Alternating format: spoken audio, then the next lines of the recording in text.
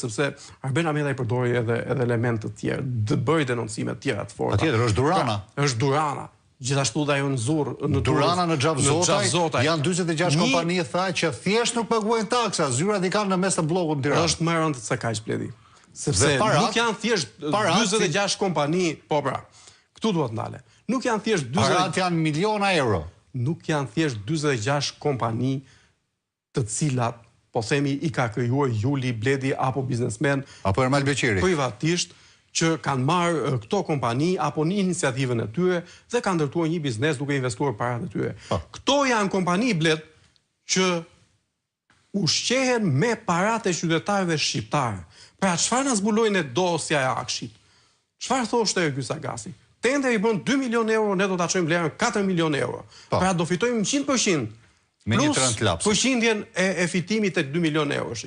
Por jo vetëm kaq, fitimin 100% apo më shumë, por qeveria shqiptare jo vetëm që u jepte tendera të kësaj natyre, por u ka krijuar edhe një zonë ekskluzive ekonomike ku këto kompani regjistrohen dhe pasi marrin parat taksat e qytetarëve, nëpërmjet këtyre taksave nuk i kthejnë asgjë mbrapsht buxhetit të shtetit, pikërisht në formën e taksave. Pra, zona ekskluzive i përjashton këto nga pagesa e taksave. Pra kemi të bëjmë me një aferë që ta përmbledhëm edhe për qytetarët. Po më thua që këto kompani, 46 kompani të cilat janë regjistruar në Xhavzotaj, në këtë, mund themi, në këtë organizatën e teknologjisë. Parajsë fiskale mund ta quash. Ose i parajsë fiskale.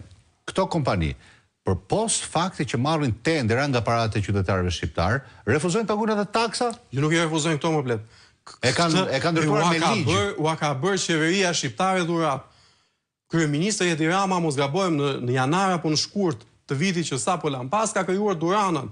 Dhe këto kompani shkojnë dhe regjistrojnë adresën e tyre të biznesit në Xhavzotaj, virtualisht, ndërkohë që zyrat, siç e tha Erben Hameta, i kanë në blok dhe në zona të tjera të Tiranës, dhe aktivitetin e tyre e ushtrojnë duke përfituar fonde publike dhe nga ana tjetër këto kompani nuk paguajnë taksa. Imagjinoni ju se edhe kjo është çështje shumë e rëndësishme sepse ambasada e Shteteve të Bashkuara të Amerikës gjatë ditëve të fundit ose gjatë javëve të fundit ka pasur edhe një paralajmërim pikërisht për këtë çështje, që do të monitorojnë në Shqipëri tenderat e teknologjisë informacionit, çështje sigurisë kibernetike, sepse nuk është çështja vetëm se janë cënuar të dhënat apo këto grupe kanë pasur në dorë të dhënat e shqiptarëve, por nëpërmjet këtij lloji ekskluziviteti, qeveria shqiptare ka penguar edhe biznese të tjera,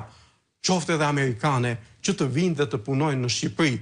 Është siç e kanë ngritur edhe dhoma amerikane një monopol tërësisht të centralizuar ku klientët e qeverisë, kompanitë e afërta me qeverinë, që marrin tendera nga Akshi, marrin parat publike dhe nuk kthejnë asgjë në arkën e shtetit. Ndërkohë, prishin dhe tregun e lirë dhe konkurrencën e lirë. Një moment tjetër, të cilin e denoncoi Ahmeta, ishte Ergy Sagasi, së bashku me Edi Ramën,